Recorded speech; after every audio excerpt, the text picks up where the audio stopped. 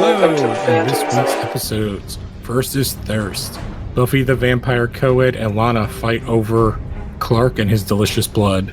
Then, in Exposed, the Duke boys are in a bit of a pickle this week. Can Lois and Clark save his career? This is the Smallville Chronicles.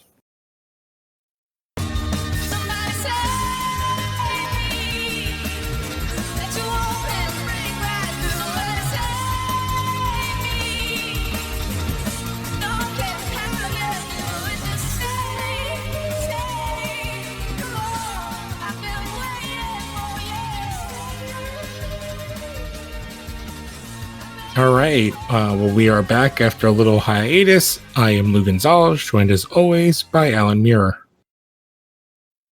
Man, this first episode, god damn it. Yeah, like there's parts of both that are goofy, but this first episode is real weird and bad. It also has the weirdest cameo that never comes back again, which is weird that it never comes back.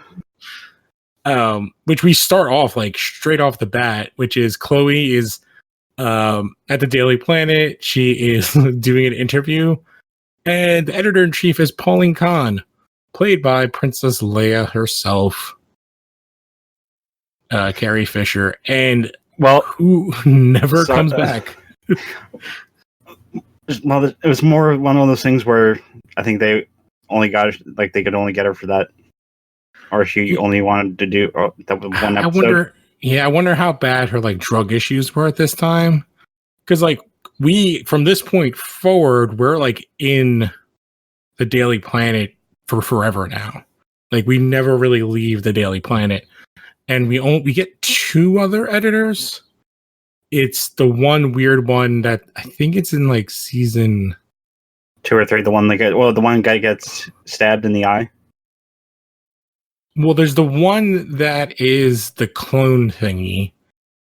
Oh, I can't say that character because it's a big spoiler. Yeah, I don't remember his character's name. Who dates Lois, and then finally, like I think it's like season 8, we get Perry White. No, you got him back in the final season. Yeah, okay. I didn't know if he like is in there like before the final season. But And like, otherwise, we don't see who the editor is, and we only see like that other guy that I just mentioned, like as an editor, and then they're just never mentioned otherwise. And we don't know. Well, technically, actually, at the end of it, I think season 9, Perry comes back, but he's not seen. He's mainly referred to. Like in the beginning of season 10, Lois is in Africa. Or like she's doing a big story, and Hawkman is with her, like protecting her, looking out for Clark. Yeah, there's a whole bunch of goofy stuff when we get to that time. Yeah, but this episode is. Oh, sorry to bother or to interrupt. I just want to mention again, as I did when we were previewing this episode last week, or last time we did this, the name is honoring Paul Levitz, who at the time was DC, but was the publisher of DC Comics, and Jeanette Kahn,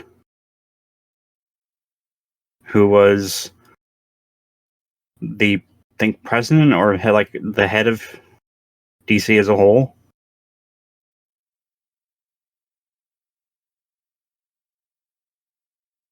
So it's just a bit like it's honoring, or it's a bit like with Whitney,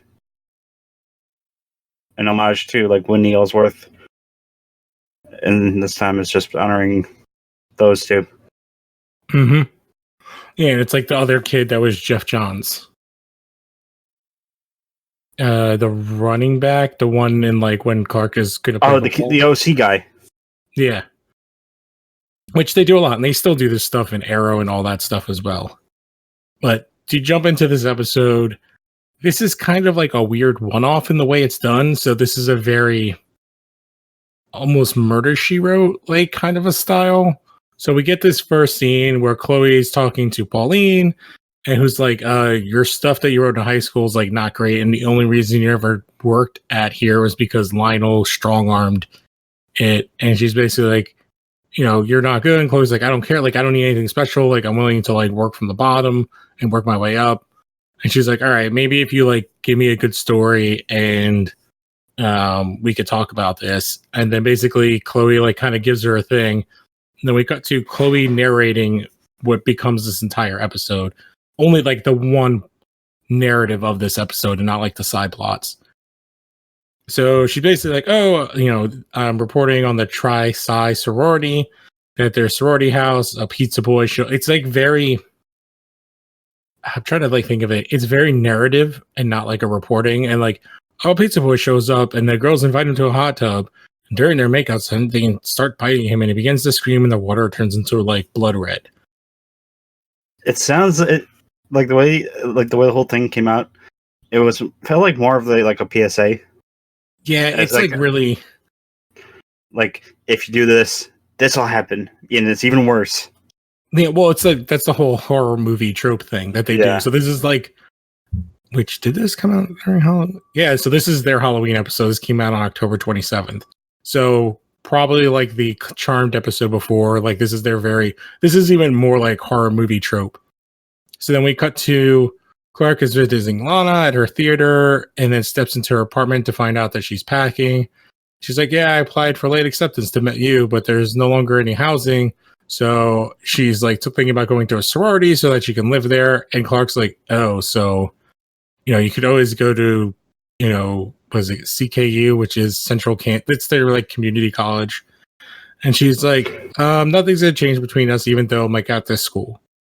And then we cut to the side story, which is the only good parts of this episode, which is the Milton Fine history class.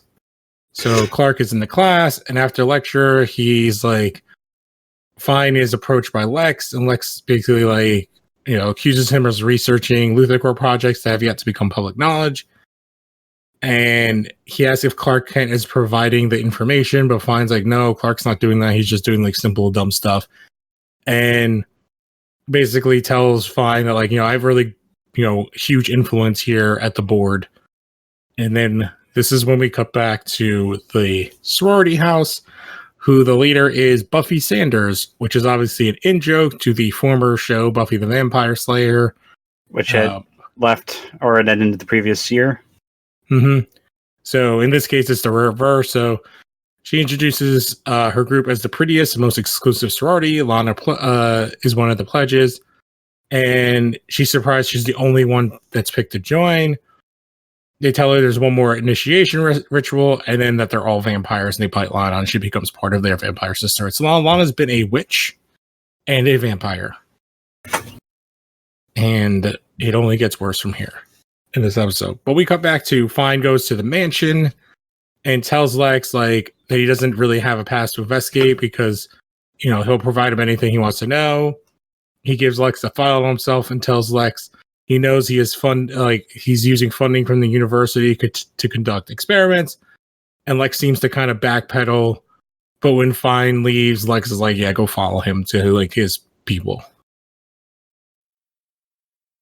And then we cut to Chloe's roommate, who's taking down her like wall of weird when Chloe shows up. She's angry about the wall and even angry that Lana Lang is asleep in Chloe's bed. And she kind of storms out of the thing. Chloe tries to wake Lana up and she's all like weird and groggy.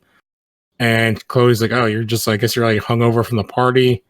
Clark shows up and Chloe leaves Lana to him. He's like, oh, you feeling okay? And then they just start hardcore making out. Clark is like super surprised and confused by like this.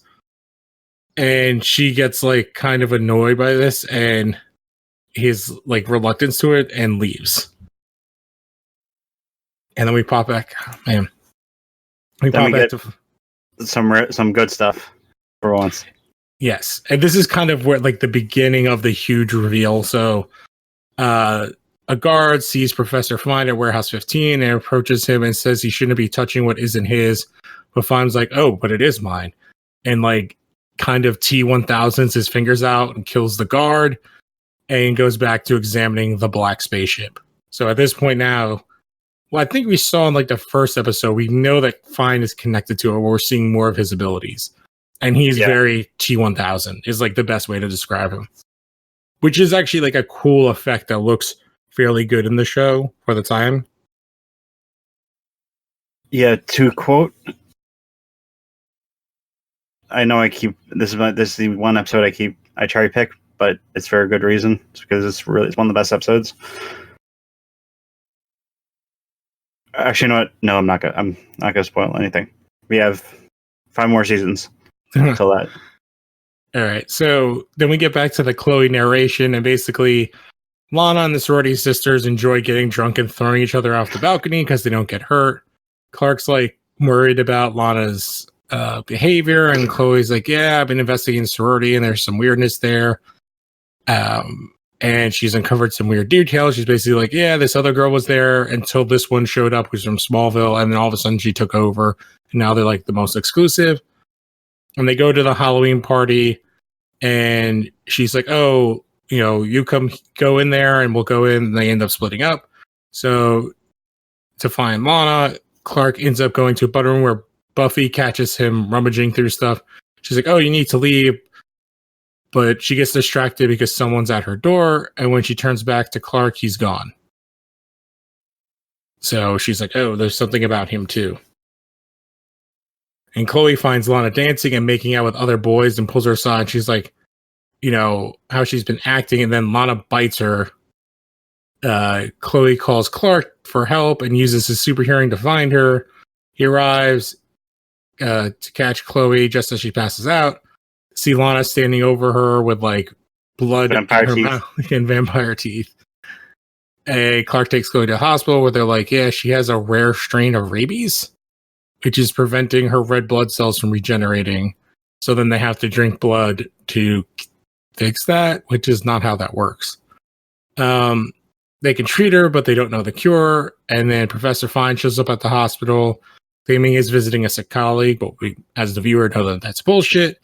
And he's like, "Yeah, I think this is all because of Lex's projects, and with like rabies and animals and like vampire bats or some bullshit." And it's like, "Oh, ask Lex about Project 1138. And so we cut back to the sorority house, and they're all mad at Lana for leaving a victim alive, and they tell her that Clark was snooping around, and she has to clean up her mess by bringing him back. So and it's either him or her that gets. Yep. No one's walking out of this alive. Yes. And so we cut back to the Luthor mansion. Clark's like, "What the hell is going on? Tell me about this project." And Clark, to a library carrying a metal briefcase, he explains that 6 years ago, Buffy Sanders was trapped outside of Smallville in a cave, but was rescued by Luthor Corp. The cave was found to contain meteor rock, infected stalactites, and there were vampire bats living there. So they believe that when she was bitten, she got vampire-like symptoms, so super strength, vampire fangs.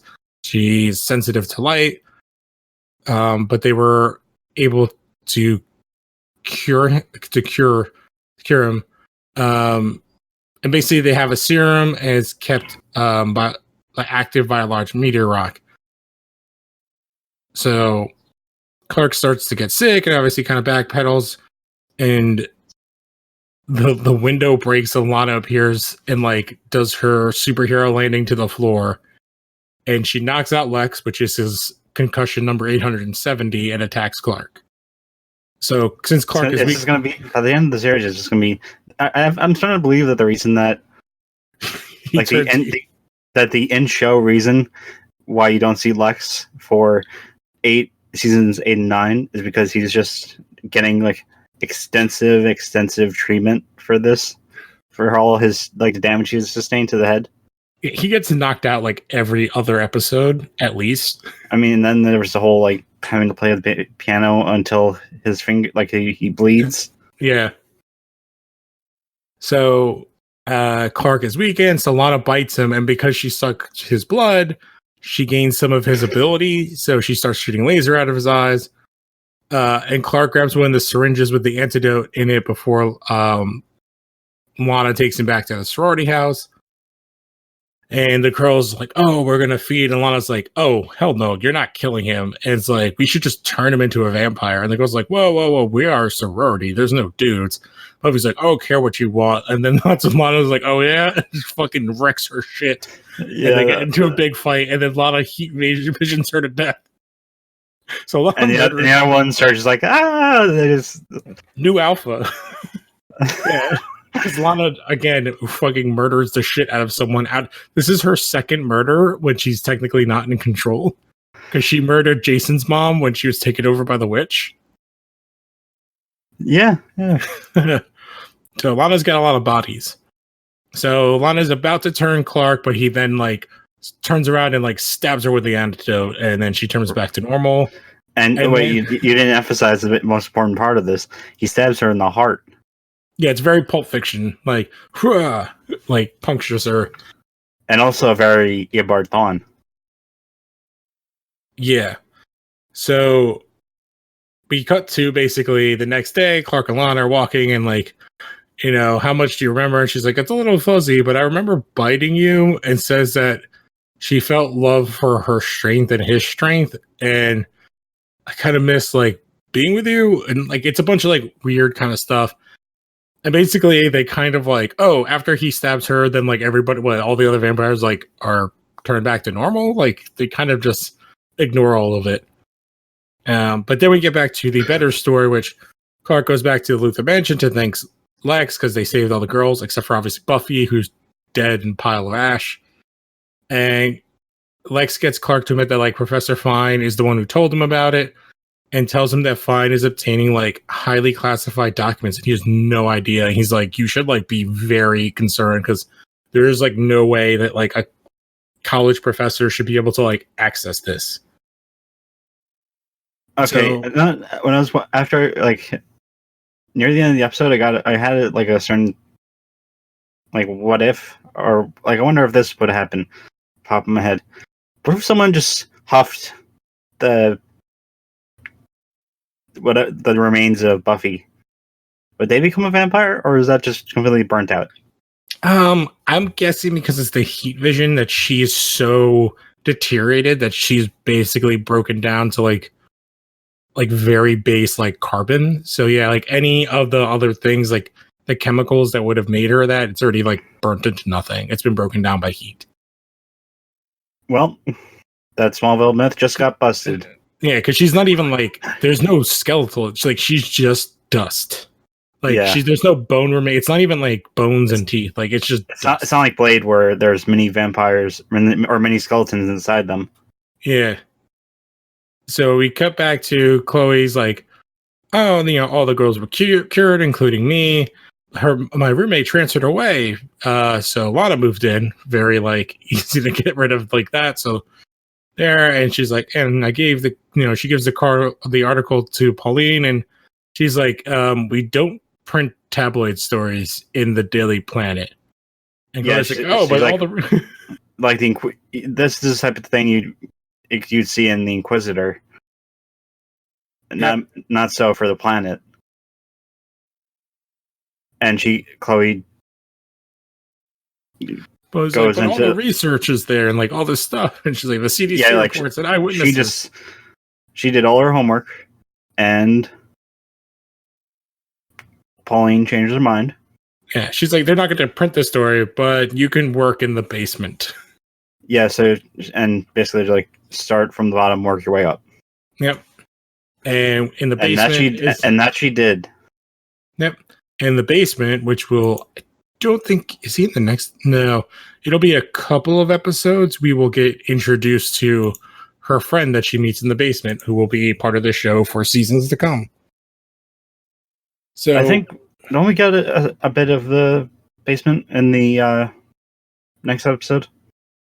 I think so, but I don't, because I remember Lois making a comment like something above being above ground. Yeah, but we don't get the character I'm referencing yet. Oh. Yeah, I think he's like a couple more episodes down the road. Oh, Henry? Yeah, I think that's who I mean. The one that's supposed to be one character, then the reveal in season 10 is he's not a character. His name is Henry. Okay. Overall, I would give this episode a D-. It's only not an F because of the scenes with Fine, who becomes kind of like a strangely like the third best like character to kind of follow in this season, like with Lex and Lionel.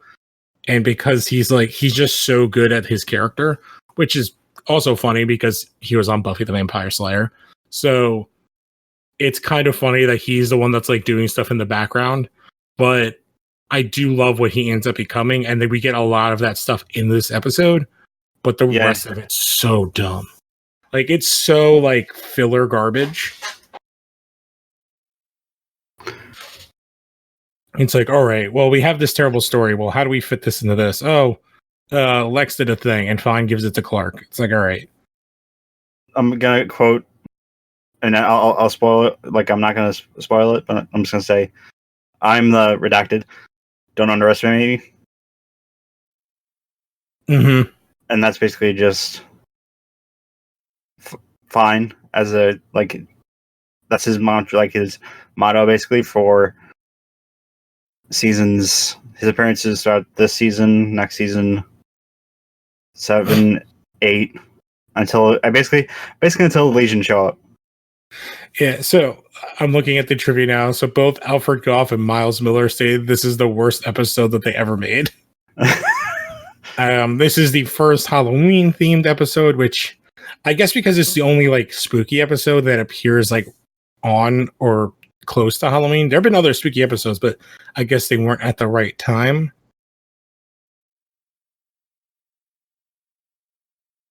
And yeah, I guess that's kind of like it for this, but like meh. There's more kind of interesting stuff like in the second episode. So is there anything else you want to talk about in this one? Let's just let history reclaim this episode. Yeah, that's our time and history. Mm-hmm. So the second episode exposed, although it kind of has some goofiness, it actually like has like massive like importance for the series going forward. And also it also sends a bit like a really important message about how life's not fair.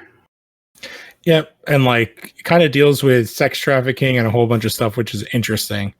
So just exactly from the last episode, we find Chloe's working at the Daily Planet, screening calls, and Lois is hanging out with her. Just playing a video game. Yeah. Lois is like, oh, help me move into the apartment at Talon. And she's like, okay. And then they get a call from a woman who's like, address, someone's trying to get her. So they get there and they see the woman get murdered in a hit and run, which they don't call the cops at any point, and they don't do anything. It's not just a hit and run. She gets like the car, it like barrels down on her. Like it's not a hit and run. She gets murdered with the car. Like, I don't know. I'm not sure if stunt.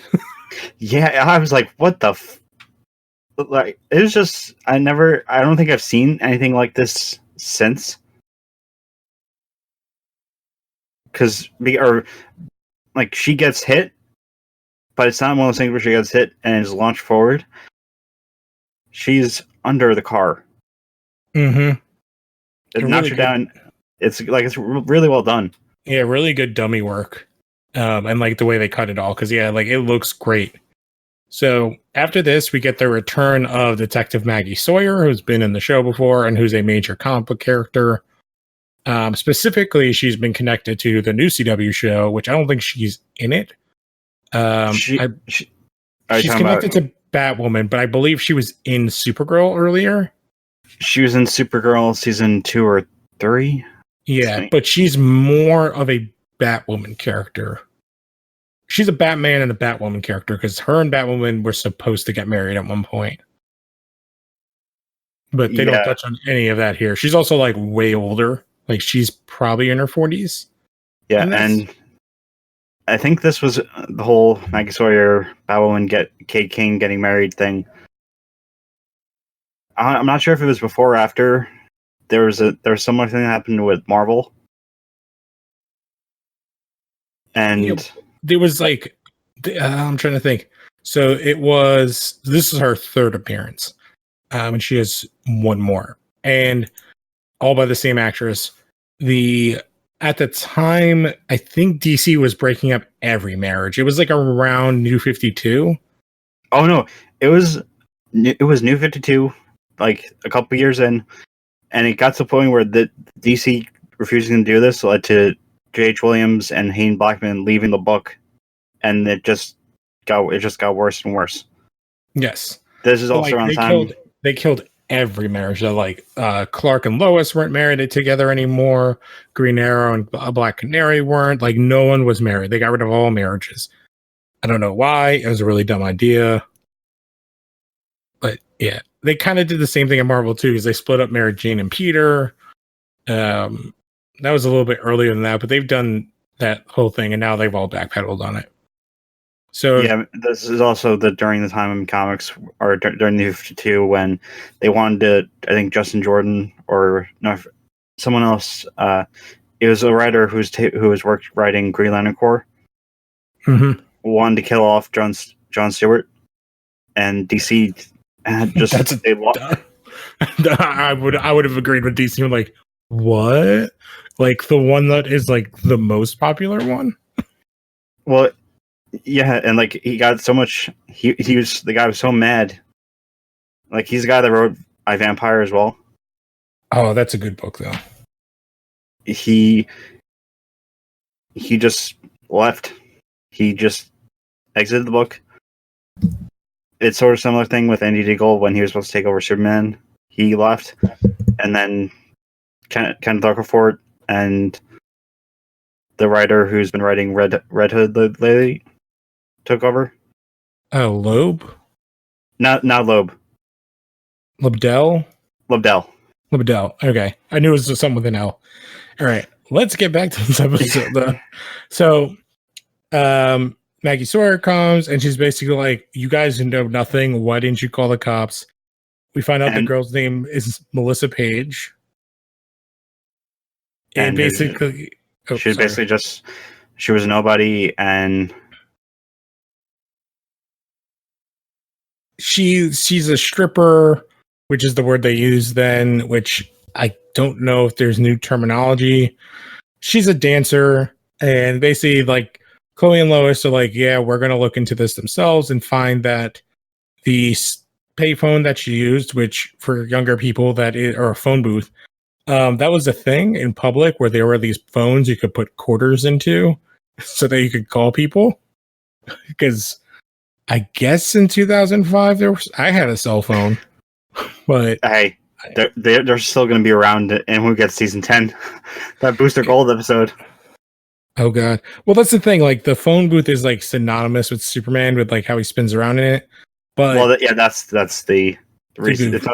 It's literally shining as if it's a Dylan's head. Yeah. So basically, they find that the phone booth is near a club called the Wingate, and this is where we get to the spot, the preview from last episode. Yep.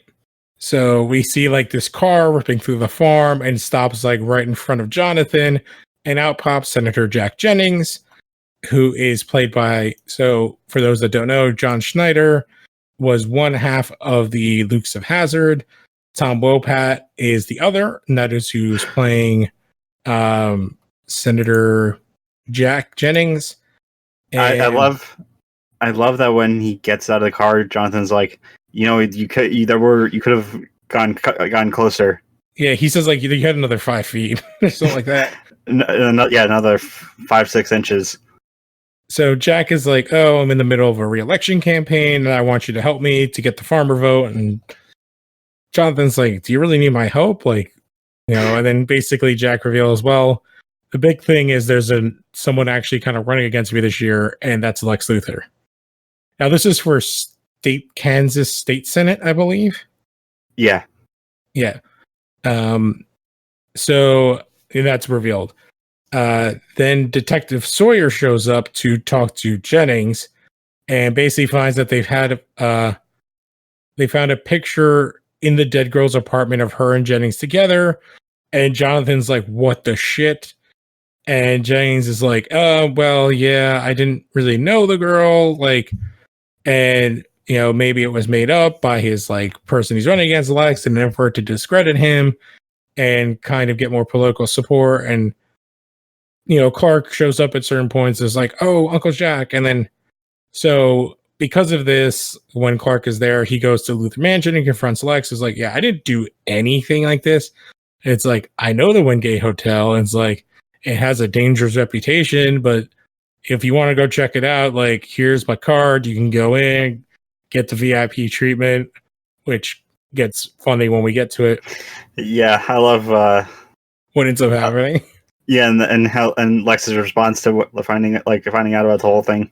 Yeah, it's very like reminds me of Varsity Blues, the old MTV football movie, with James Van Der Beek and like a whole bunch of other people in it. But so Lex goes to the Kent farm to talk to Senator Jennings, and an angry Jonathan demands answers. And Lex reveals, I checked out the photo and found cell phone records, basically like, you guys were talking and stuff. But like I'm not gonna like, you should go to the public. Like, I don't need to do this, but like, you should really go to the public to Jack. Which Jonathan's like kind of like taken aback by all this. So with this, Chloe and Lois find their way to the club, but they can't get past the bouncer, and they're like, "Oh, there's like women in costumes coming out." So they kind of sneak in, and none of the girls are willing to talk with them, and they're like very afraid. And Chloe and Lois see like a private office and sneak in to start searching files, but they're interrupted by the owner. Chloe's like, "Oh, Lois is like, she's like, to here to be a new hire," and the guy's like, "Oh, okay," and like looks, there's like, "Okay, you can take your clothes off so we can see how she dances." And they're kind of like, "Wait, what?" Yeah, this is a very Me Too type thing. Yeah, well, it's like, it's not like it's illegal, but like there parts of this gets very, yes, there's a lot. It's a sex trafficking thing. What ends up being part of this. But she does say like, "Oh, I'm here for to interview," and at that point they're like, "Oh, well, this is a strip club, or a gentleman's club, so you need to go get in costume and go dance on the stage." And then we cut to Clark is in a suit and tie, and he's in the club, where the owner greets him. It's like, "Oh, like, you're a friend of Lex, you're a friend of mine." And he's like, "Yeah, I'm actually here to like my uncle, like, Senator Jennings, was he here? That's who I'm meeting him." And they're like, "Oh, I'll bring you to his usual table." And Clark's like, "Oh shit."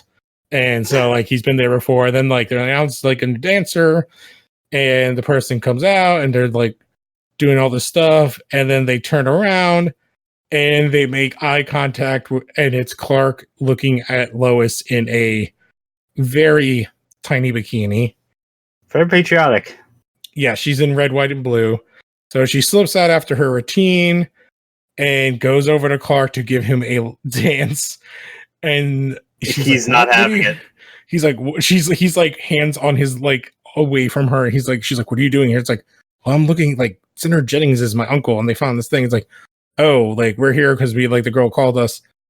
And Clark notices randomly, he's like, look around the room, and it's like, "Oh, there's some weird, creepy European Eurotrash over there meeting the owner," and he uses his super hearing to overhear them talking about $500,000 and the owner's girls. So basically, this is where the sex trafficking part comes in. And basically, so the police bust in, and Sawyer interrogates Clark and the other patrons as part of the investigation of the dead girl who worked at the club before the hit and run. Mr. Lyon manages to get Lois out, and Clark spots Chloe in the crowd, who doesn't know where Lois is, and he listens between the owner and Sawyer, where the owner claims Jennings was drunk at the time when he met the girl, and she took him home, but the senator had nothing to do with the murder. They're looking for evidence, and Chloe talks to the dancers about the European guy, and they're like, "Yeah, he makes offers to girl at the club, but like then they never show back up." And Chloe finds out that Lois went with him, and basically after being questioned, Sawyer allows Clark and Chloe to leave. Thanks to like Lex calling, and Sawyer's like not impressed with like what they think happened in their investigation. She's kind of annoyed at it. Jonathan meets up with Jack at the farm, and they kind of go on a ride. And Jonathan's like, you gotta give it to me straight. What's going on? And Jack finally says, like, yeah, we were together. I don't really love my wife. It's been like this whole like marriage of an arrangement. We have like this thing kind of with each other. But I didn't want to I didn't want to put you in the middle of it. So that's, why I lied. And Jonathan's like, well, you got to come out with the truth. Then we cut to the Eurotrash guy with Lois in his apartment, and he has her put on a red dress. And when she opens up, or no, is this right before or after she gets the dress? He gives her the dress, and she looks at it, and he realizes it's the same one that the girl who died was wearing. So this is like his creepy fetish. And then while she's doing this, she opens up the dresser to put her stuff in and finds Melissa's stuff. He takes it and more. Like it's implied that there's more. Like so she finds at least 2 others. Yeah, like a bunch of stuff. He takes pictures of her in the dress and talks about how she'll make all the other girls jealous. And when she's like, all right, that's cool. Now I got to leave. He's like, no, you stay. And she tries to fight back, and then she gets tasered. So we cut back. Don't tase me, bro. Don't tase me. Sorry, I just had to. Oh man. At the planet, Chloe and Clark are like trying to figure everything out, and Clark says that he overheard Sawyer saying that the dude is the son of a diplomat, and Chloe goes over the photos of the car license plate and find a consonant plate in the photos and address. So Clark goes there. They're trying to helicopter Lois out of the rooftop when Clark arrives. And the Eurotrash guy has like a fake passport for Lois. And Chloe figures out that they're on the helipad. Clark super speeds up there. He super speed jumps and like hooks the helicopter with like a line. So it kind of gets stuck there. And then Clark it's like kind of similar to that Captain America scene, except that like he actually does it and like pulls the helicopter down slowly, and he pulls the pilot out. Lois wakes up and then knocks out the Eurotrash dude, and then the Sawyer and the cops show up, and she reveals that has to be released because of his father having diplomatic immunity. They're glad that she's alive, but they're all very pissed off at that there's really nothing they can do in the way of the criminal justice system. And so Lois punches him in the face again. And Sawyer's like, you guys should just go home. And Clark ends up meeting with Lex and being like, how all this is so shitty, but thank you for your help. And I'm really kind of disappointed in my uncle. And Lex is like, yeah, well, not everybody is you, Clark. Other people have things in their life and they're just human. Everybody's not the perfect kind of Boy Scout that you are. Which is Lex makes some very good points of the way Clark behaves. And puts people up on these giant pedestals and they will let him down, and then he's really shitty about it. And Lex's point is it's not their fault that you're putting them on these pedestals. They're just people. Yeah. So Clark and Jack are talking, and basically I'm really sorry I let you and Jonathan down. And he's like, I'm going to call a press conference and I'm stepping down. And then basically goes, Jonathan, you'd make a really good, senator. And Jonathan's like, oh, yeah, but I don't really want that. So we cut to Clark is helping Lois move out of the place. And Chloe shows up about her news story. The Interpol arrested him when he returned to Europe, thanks to an anonymous tip. And, Lois thanks Clark for his help, and they kind of part as friends, although there are a bunch of little quips about how Lois was dressed and stuff like that. So it's overall a good episode. It addresses something that's another thing where Clark's powers can't solve everything. He can't punch his way out of every issue. And then the big thing with the senator race becomes like a huge thing over kind of the rest of the series in a way. Yeah. Yeah, because it's what sets up, without going too far into it, like the stuff with Jonathan, the stuff with Martha, which the stuff with Martha goes on basically till the end of the series. So it actually gets to a point where I think, if I'm mistaken, in the comics, it's certain characters and certain things get set up for that are set up because of this, like stuff that happens down the line with Shelby, stuff with a certain character that we cannot mention because it's not season 10 yet. mm-hmm.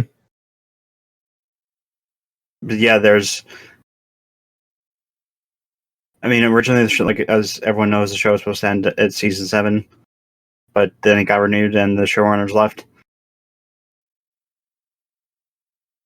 This is one of those. This, Cadmus, Summerholt, a lot of things from these years of the show would be paid off, so to speak. Mm-hmm.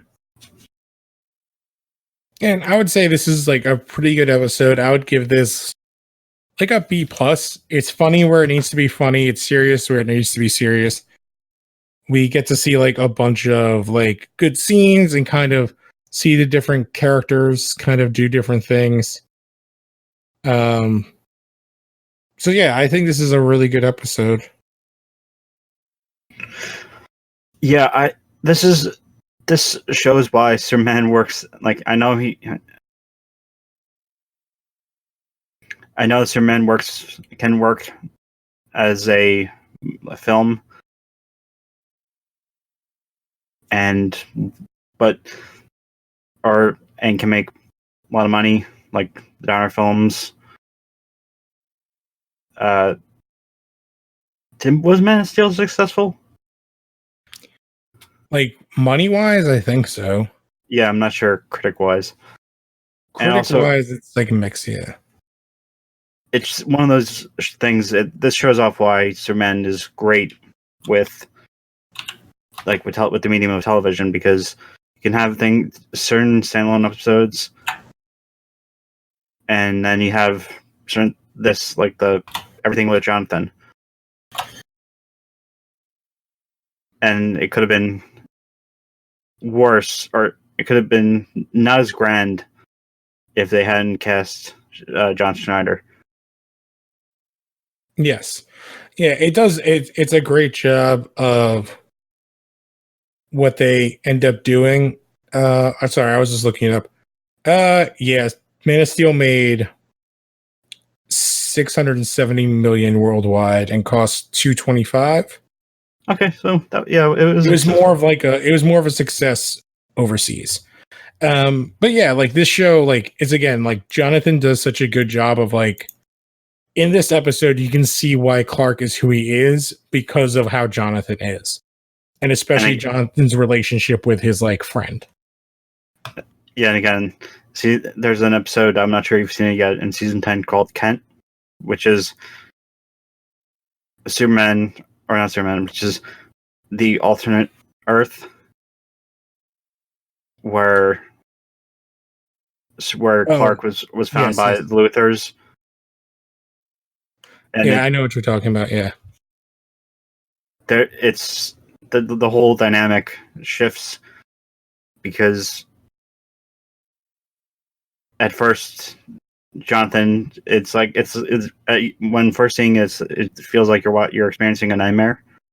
Like, what if your parents wasn't your parent wasn't your parent, and was just saying all the worst things at once, and then they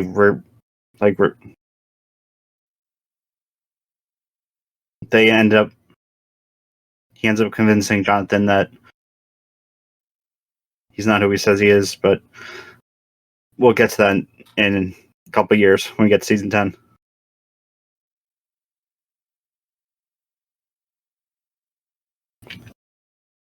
Mm-hmm. So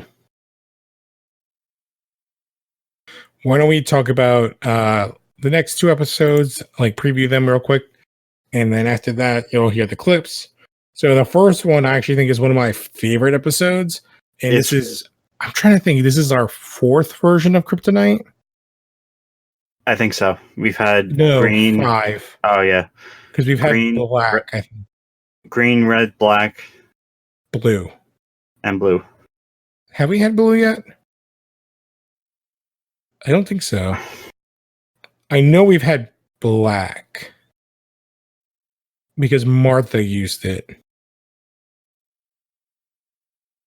on like Cal, like on Kal-El.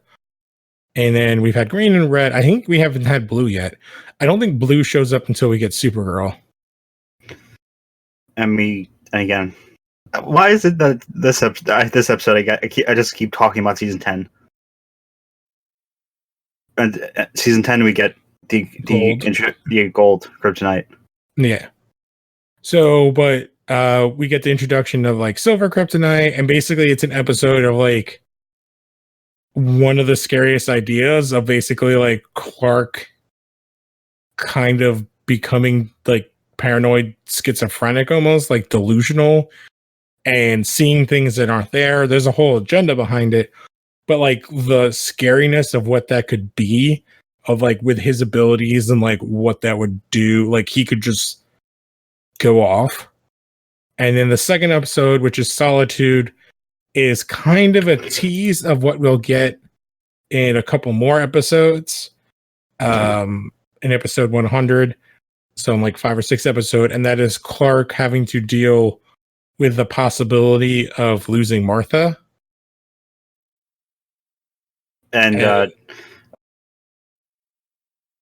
just to say, these are 2 great episodes. Yeah, I would actually say like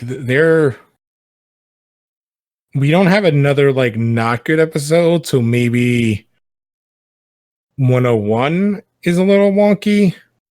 Like up to 100, I think they're all good episodes. So after this, we have Lexmas, Fanatic, which I think Fanatic's actually like a good episode, and Lockdown, and then episode 100, which I think are also good. So, you know, this is like when Smallville's like kind of at the top of its game, where we're not really getting like 1 or 2 bad episodes. Like here, like there's only maybe 2 or 3 bad episodes in this entire season, like bad, like unwatchable bad. Which one of them we just covered. So okay, so I'll give some inside baseball towards the preview clips. For Splintered, it's going to be the actual WB clip from back in 2005. So it's really more of a teaser than anything else. Solitude it's actually the end of the episode, but it's one of those things where it's supposed to make you. I picked it because I wanted to make people think of the message it's sending, with Jonathan and Clark talking about about life and everything, and also he ends up saying something that could be true, or could happen, may not happen. All depends on who Clark chooses. Find out in when we get to episode 100. Mm-hmm. For all we know, he might never do anything. Dad, we both know that Jarrell's not the type to just let things go. Clark, when it comes down to it, none of us are gonna be around forever. Now, we can't dwell on that. I think the trick is to just live your life to its fullest. Make sure you spend as much time as you possibly can with the people you love. You're right. You're all in this together, aren't you? You were never really my son. You were just a thing I found in the cornfield. What'd you tell him about me? Silver Kryptonite. I know that he's vulnerable to kryptonite. Why do you care so much about Lex? I saw you kiss him. I'm the one that's gonna kill you. No! Clark Kent is not of this earth. He's an alien. No, it's not what I am! Fresh Smallville, followed by Everwood on the WB Thursday. All right, so we will check you guys next week. Don't forget to listen to all the other podcasts. You have Phantom Zone Prime, After Dark 3 a.m., the comic show, which is every Thursday. And yeah, check out all of the other stuff and all the sister podcasts. You heard us talk about them every week. And yeah, we will catch you guys next time. I'm Lou Gonzalez. I'm Alan Muir, and this podcast stands for truth, justice, and the American way.